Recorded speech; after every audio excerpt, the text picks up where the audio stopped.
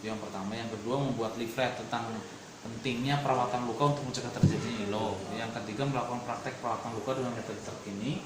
Yang keempat mengukur tanda-tanda vital, dan yang terakhir melakukan home care perawatan luka. Bagaimana Pak, ada masukannya enggak Pak? Ya, masukan saya adalah bahwa ini seharusnya aplikasinya bisa terus dilanjutkan, tidak ada sekarang, karena memang itu kedepannya pelayanan peningkatan asuhan daripada perawatan untuk meningkatkan mutu daripada asuhan perawatan dan peningkatan teman-teman kita semua terhadap pasien, lingkungan, dan ruangan seperti itu. Itu tindak lanjutnya ya. Kalau ini sih sudah. Berarti sudah ini bagus, bisa diterima, bisa diaplikasikan. Ya? Bisa diaplikasikan. Oke. Siap, terima kasih Pak. Yes.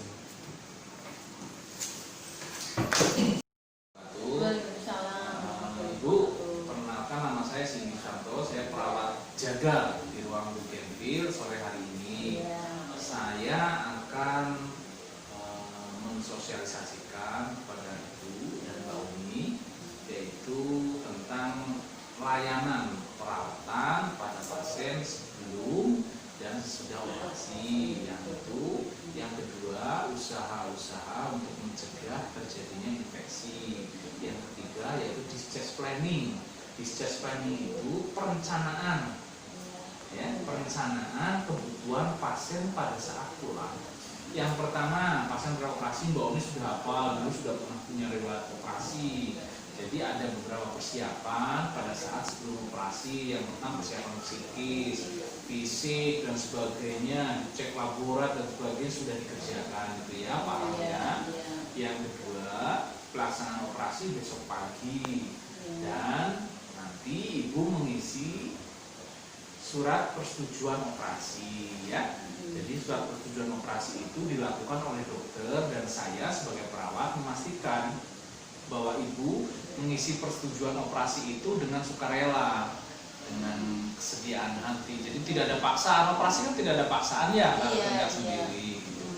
Nah itu ya. Yang selanjutnya usaha-usaha untuk mencegah infeksi, itu perawatan pasca operasi, yaitu dirawat lukanya karena ada lukanya.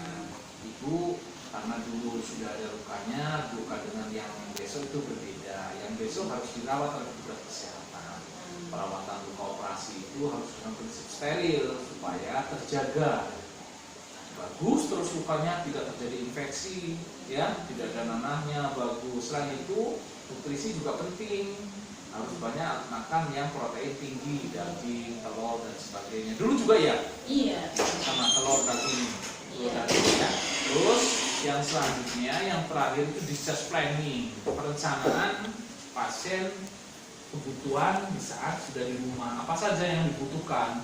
Yang pertama, misalnya perawatan luka, itu jelas perawatan itu dilanjutkan di rumah. Nah, itu juga harus dengan petugas kesehatan. Yang kedua, bagaimana obat-obatan yang di rumah dilanjutkan di rumah itu dipastikan bisa diminum di situ. Sampai di sini ada pertanyaan, Ibu? Ini nanti ya untuk dibaca di rumah. Nah, ya. Kalau ada pertanyaan, monggo. Sudah jelas? Ya. Sudah jelas semua ya. Terima kasih ya, selamat malam. Ya, terima kasih.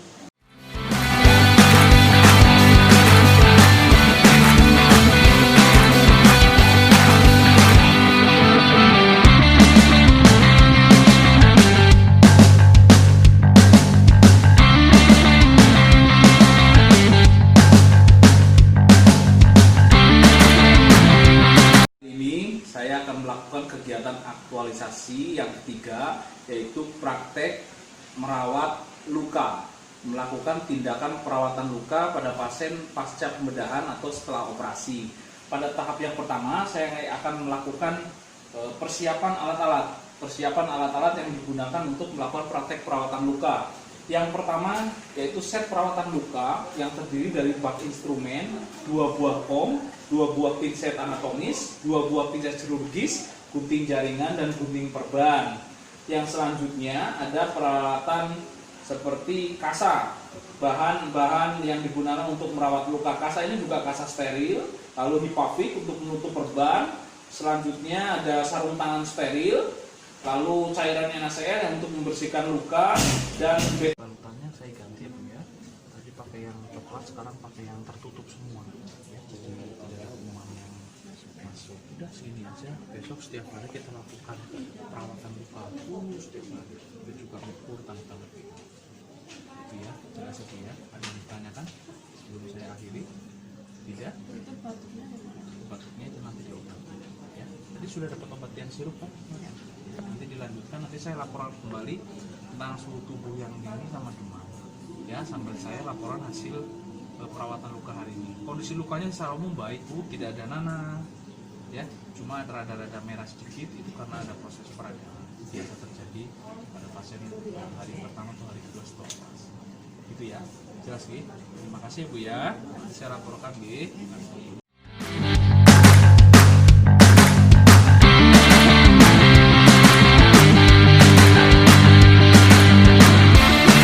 Sore hari ini saya akan melakukan kegiatan aktualisasi yang keempat, yaitu mengukur tanda-tanda vital pada pasien pre sebelum operasi dan sesudah operasi, serta mengajarkan teknik relaksasi untuk mengurangi nyeri pasien. Ada beberapa hal yang akan saya siapkan. Yang pertama, persiapan alat untuk melakukan pengukuran tanda-tanda vital. Yang pertama yaitu tensimeter. Tensimeter ini digunakan untuk mengukur tekanan darah pasien baik sebelum atau setelah operasi. Lalu stetoskop. Yang kedua yaitu pengukuran nadi, nanti menggunakan jam tangan. Pengukuran respirasi juga menggunakan jam tangan untuk menghitungnya. Yang terakhir, pengukuran suhu tubuh pasien menggunakan termometer. Setelah itu baru kita melakukan pencatatan di buku bantu tentang pencatatan tanda-tanda vital pasien. Yang selanjutnya saya akan mengajarkan teknik relaksasi pada pasien setelah operasi. Tujuan teknik relaksasi itu yaitu untuk membantu mengurangi nyeri pada pasien.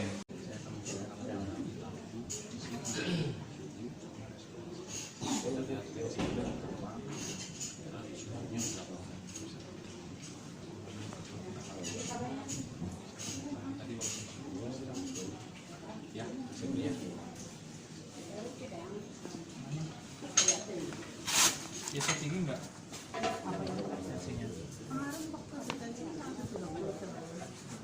Siang tadi udah belum? Udah.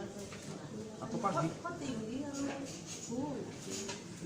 Itunya yang naik sih.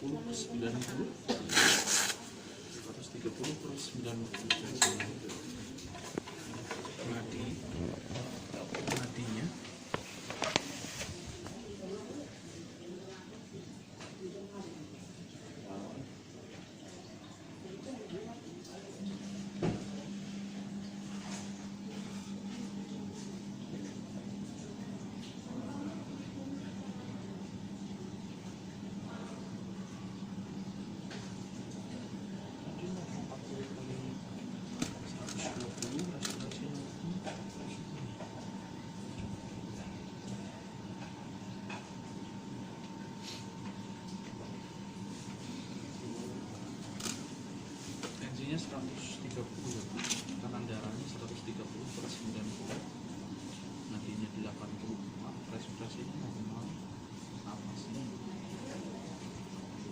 3, ini demam dari tadi pagi. Kemarin.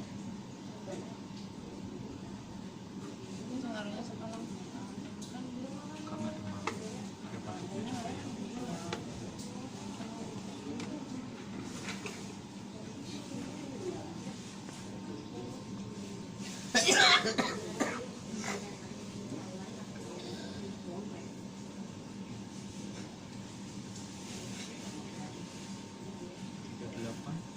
Suhunya tinggi.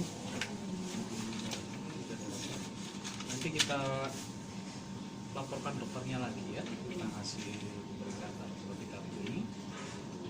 Mungkin ada tambahan beberapa sesuai dengan yang kedua, saya akan menjelaskan tentang pada saat nyeri ya Bu ya, bagaimana mengatasi nyeri ya.